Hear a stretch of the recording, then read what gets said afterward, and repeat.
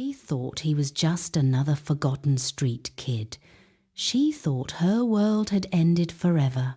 But on one quiet afternoon, in the richest neighborhood in Nigeria, a barefoot boy slipped through iron gates and did something that would shatter a billionaire's heart and put it back together again. What happened next? Nobody saw coming. Not the father, not the doctors, not even the boy himself. Before we dive deeper, let us know in the comments where you're watching from. We'd love to hear from you. And if you're new here, click on the subscribe button so you never miss any of our upcoming videos. Marcus Thornton was not just wealthy. He was the kind of wealthy that made other rich people feel poor. Oil refineries across 3 states, tech investments in Silicon Valley, real estate portfolios that stretched from Nigeria to overseas. The Wall Street Journal once called him the man who never loses. But behind the marble columns of his 12-bedroom estate in the banana island of Lagos State, Nigeria, Marcus Thornton was losing the only battle that mattered. His daughter had stopped speaking. She had stopped smiling. And no amount of money could bring back the light in her eyes. Sophia was 14 years old, and for the past 2 years she had lived in a kind of waking sleep. She sat by the window most days, staring out at the garden where her mother used to plant roses. The roses were still there, but her mother was not. And neither was Sophia. Not really. The accident had happened on a rainy November night. Marcus had been driving. His wife, Deanna, sat beside him, laughing at something he said. Sophia was in the back seat, humming a song from school. Then the truck ran the red light. Marcus survived with a broken rib. Diana died before the ambulance arrived.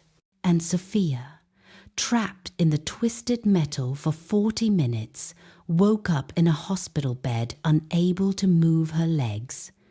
The surgeries came one after another. Specialists flew in from Switzerland, from Tokyo, from Johns Hopkins. They used words like nerve damage and psychological trauma and partial paralysis.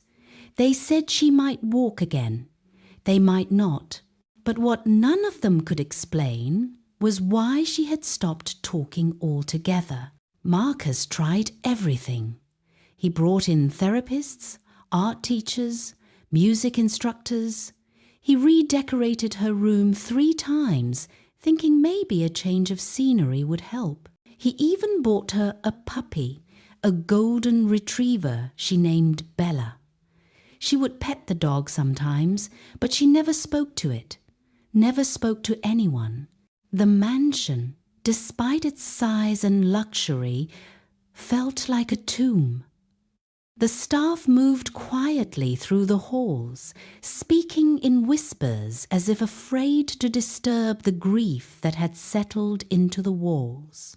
Marcus would sit in his office late at night, staring at a photo of Diana holding baby Sophia at the beach, both of them covered in sand and laughter. He would close his eyes and try to remember the sound of his daughter's voice, but memory is cruel. The more he tried to hold on, the more it slipped away. He started working longer hours, burying himself in conference calls and mergers, anything to avoid the silence waiting for him at home. But every evening, without fail, he would walk past Sophia's room and pause outside her door. Sometimes he would hear the faint sound of her breathing. Sometimes he would hear nothing at all. And every time, his heart broke a little more.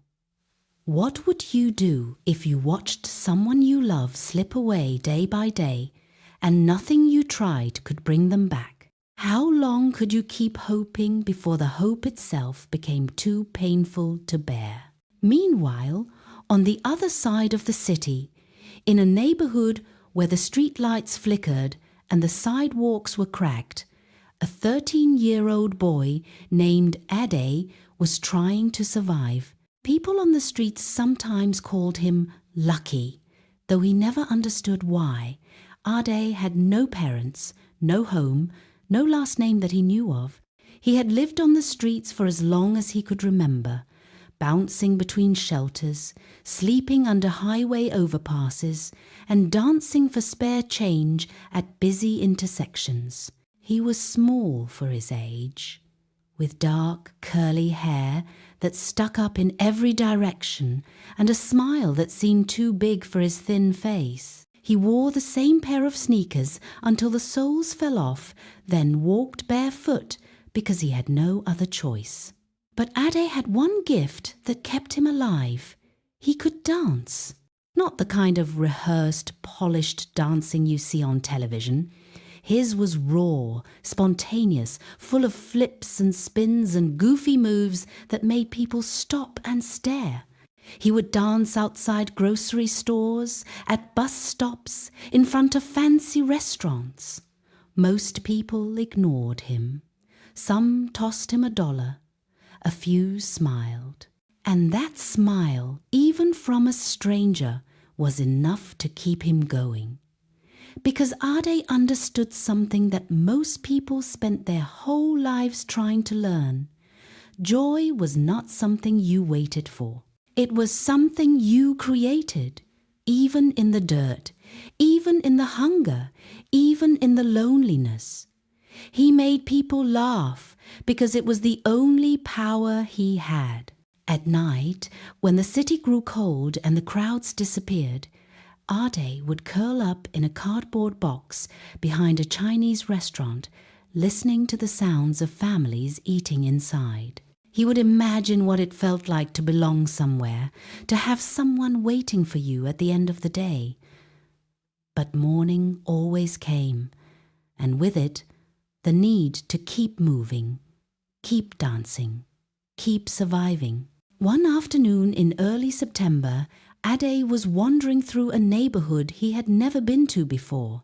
The houses here were enormous, hidden behind tall hedges and electric gates. He had heard about places like this, but had never seen them up close.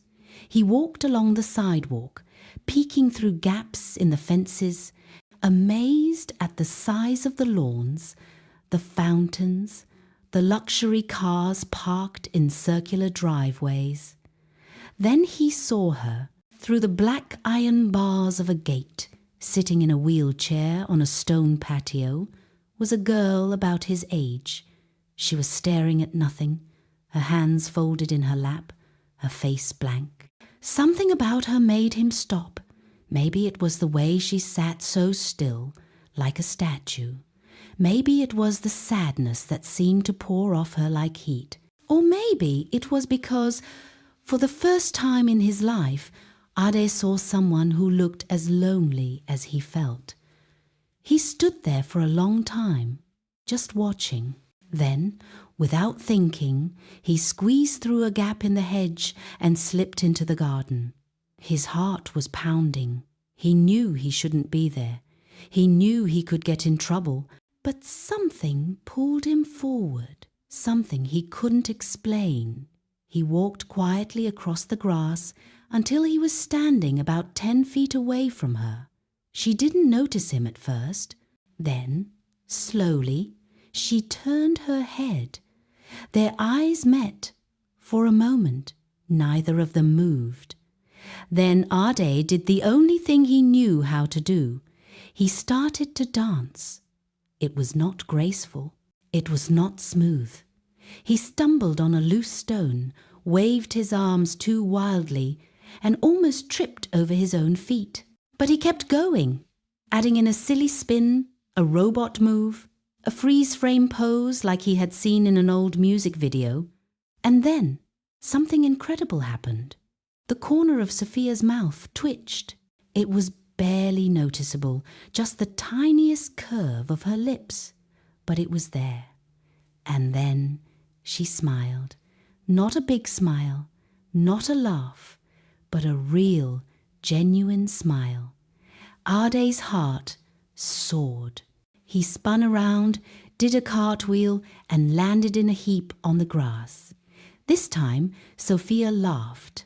It was soft, almost like a breath, but it was a laugh. And up in his office on the second floor, standing by the window with a glass of whiskey in his hand, Marcus Thornton saw the whole thing. He stood frozen, staring down at the barefoot boy in his garden and the daughter he thought he had lost. For the first time in 2 years, Sophia was laughing. Marcus's hand trembled. The glass slipped from his fingers and shattered on the floor. But he didn't move. He just stood there, watching, tears streaming down his face, as a street kid he had never met gave him the one thing all his money could not buy: hope. How would you feel if you were Marcus in that moment, watching a stranger bring life back to your child? Could you trust it? Or would you be afraid it was just a fleeting moment? And what about Ade? Would you have had the courage to step into a world that wasn't yours, just to make someone smile? Let us know your thoughts in the comments. To be continued in part 2. Subscribe, like, and share for part 2.